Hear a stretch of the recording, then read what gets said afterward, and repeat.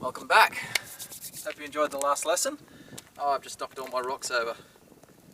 There we go. Okay, you've got a bit of a better backdrop this time. We're in the Bardenas Reales National Park in Spain, out in the desert. So anyway, I've had another look at your video and progressing on from where we did last time. It's just all going on from cheap, sloppy. There's no form and structure. When you're learning your Taiji form, you have to learn the set postures first. Then you allow everything to flow and become one movement. If you make everything one movement too early, you'll lose the dynamic of the individual posture. So of course it works the other way as well. If you stick on separate postures for too long, your form can become blocky and it will never get that flow behind it. So of course you've got to have that happy balance. But for you at the moment, you need to focus on the individual set points of the postures. Sit back and turn your waist all together. Till your palms are about a shoulder width or so apart. That's your cue when the right hand starts to come around, but you're still turning your waist. You need to have a definite strike before you start moving forward. So look at what's happening here. Just basics again, remember. I'm not doing anything advanced for you because you're a beginner and you're learning these basics. So here you're fine. You've kept the weight forward and you've brushed the palms. That was all nice. Here, your timing, sitting back, that was all good as well. You didn't sit back too soon. But here, as you strike forward, what you're doing is this. See, there was no definite strike there with the fingers. What you're doing is, this move is flowing too much into this move. And there's no apex, there's no impact. So watch the strike. I'll just do it at the very basic level.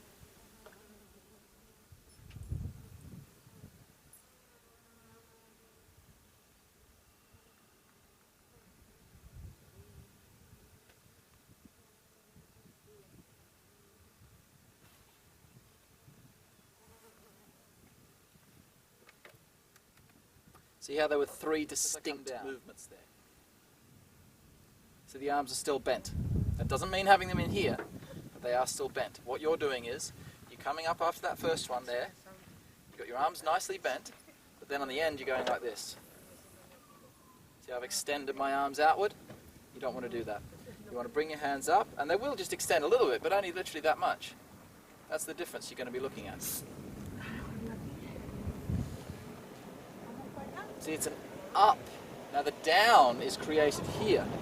The down is in the shoulder, you see, not in the elbow. Like pointing into the elbow, it's bent. The elbow is bent. The left arm is extended. Now, when I sit back, the right arm does not bend further than where it is. Watch. You see, it drags across. It does not drag in. It's the left hand which comes in, but it only comes in to the amount of where the right hand is. So it comes level to the right hand. From here, watch. You see, there's still like a normal Qigong distance away from your body. So now when I extend out, see, it's just that much.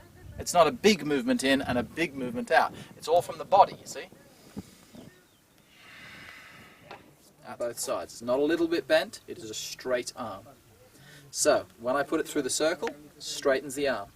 As I come through, that arm is straight until here, when I go into the next set of movements. Another thing about the right arm, where you've poked it through, so let's say I'll aim it at the camera, let's call that my corner. So I'm going to aim my hand at that corner, right? So there's my corner. Watch when I turn my body away. See how my hand stayed on the camera? See? I didn't go like this. See, the hand came with me. The whole point here is that as I open my body, the hand stays behind, so you're opening up your chest and you're activating all of these muscles in behind your scapula. That's very important to engage those muscles.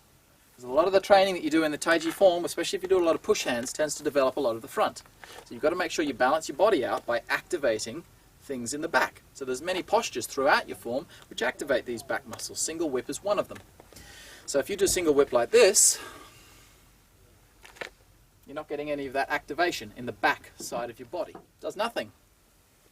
What you're doing is you're bringing it in and then pushing it back out to the front. There's a block here. From here, watch. That's the Marshall application, not how you do it in the form. But that's what we're doing here, look. There's your block, so you can't bring it in, you're not going to get any block like that. So from where you are here, you literally taught to just hold, like a pung, like as if you're doing push hands or something. Hold your pung until you get to the west. When you're facing the west, as you place the left foot, watch the left hand. See how it floats up slightly? And so that the fingertips are facing forward. It is not a yang hand. From here, watch the motion of the hand. It swings. That's just moving with the center. And then as I move my foot, watch what the hand does. It's a forward action in a yin state. And then when my weight comes forward, of course, that's when the hand will change to yang. Your hand is going yang when you're still on the back leg. You've already released all the energy. Finish the posture. You must be on the back leg with a yin hand, and only when you push the weight forward. See, gradual change. Just like I said to you in the very first moves, gradual change in the wrists on every posture. You have to actually sit back. That means you're doing something wrong in the posture, because it means you sat forward in the beginning. Stray dog running around. Always a dog on Montague films, even if you're in the outback of Spain. Okay, where was I? Bang. Yeah, so if you feel like you have to actually do a movement to sit back, it indicates you were forward. Watch when I do it. Whether fast or slow, it doesn't matter. After I've done the posture, see? It just, sure, there was that little sit back like that, but I didn't have to think, oh, now I have to sit back into the rear leg, because I'm already there on that back foot.